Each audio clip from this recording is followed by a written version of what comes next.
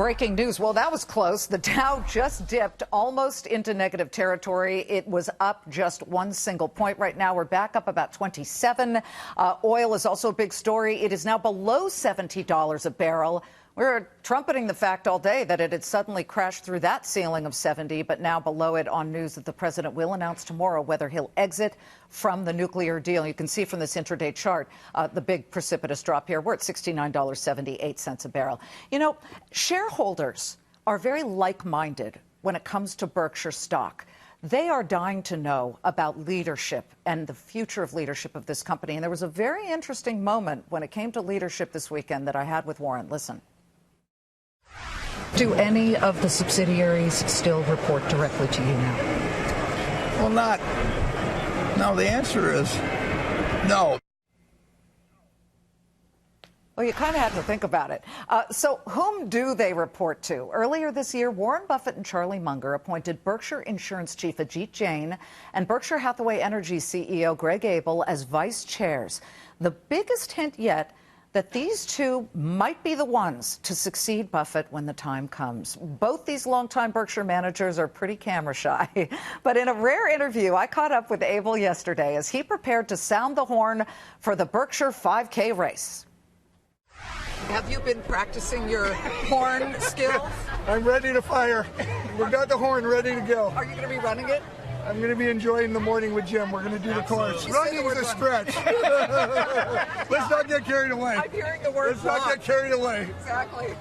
What a meeting, right? It's been incredible. It's been amazing. Right? We've talked to so many managers who now report to you, and they're really excited. They said it's just a seamless transition. How's your new role in all of this? Well, as they highlighted, nothing's changed. It's business as usual, and it's just great. Yeah. You've got great people to be working with like Jim, and couldn't be better, so thank you. But the lesson you have learned from Warren, the number one lesson? Number one lesson is optimism. He's an optimist, and we're going to just keep moving forward. It's amazing.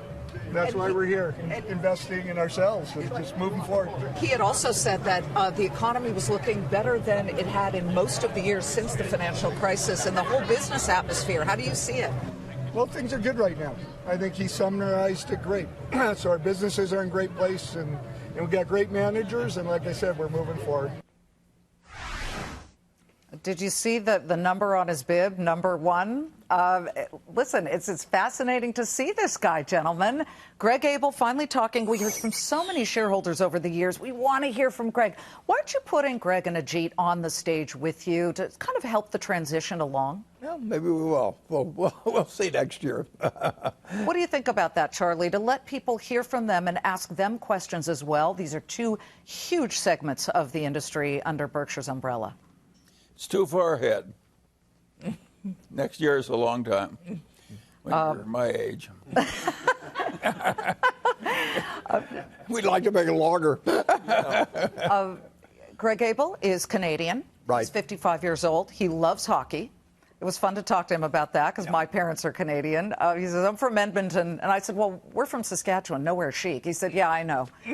But he seems to have a very nice demeanor about him. But as an operator, what's he like? The best. I mean, he's unbelievable. Yeah. And you're right about the demeanor. He's a very, very nice guy who gets things done and understands business exceptionally well. Well, you love Ajit as well, but Sure. It almost appears that Greg has perhaps a more pressing issue, and that is if he's in charge of the retail.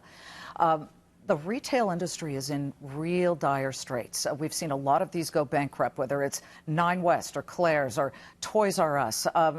Any signs that the retail ice age can turn around at all? Well, ours is pretty good already. Yeah. Ours is not bad. Our furniture group, which includes 4 companies, set a record last year for earnings, and they were up a fair amount. But there's no question that retailing generally is getting very, very, very disrupted, and it will change a lot in the next 5 or 10 years. One of the undercurrents of the meeting that I really noticed was not in the questions, but in your answers. And it felt like you were saying, oh, Berkshire's fine without us making many of the day-to-day decisions. It's all going to be fine. But with all due respect, when you both say that Berkshire will be fine without you, that's like Tom Brady and Bill Belichick saying, we're leaving the New England Patriots, but it'll be the same team, it'll be fine, it'll be as successful. That's just not true, Charlie. Well, I think you got to remember that we started with no assets, and they're starting with an empire. And of course they'll do better than we did. Now maybe they won't move the needle percentage-wise as much. Can't. But they're going to succeed hugely. They got a lot Don't going. worry about it. Yeah, they both have the talents, and they've got and they've got great companies. They got loads of money to work with, and the money keeps coming in every week. I mean, $400 million a week the first 13 weeks from operations, basically. And that should A keep comfortable feeling. shareholders would be happy. Charlie, I want to thank you very much. You're going to vacate the chair for our special surprise guest, but before you do, Yes. will you come to the meeting next year? Well, I will if I can. Same goes for me.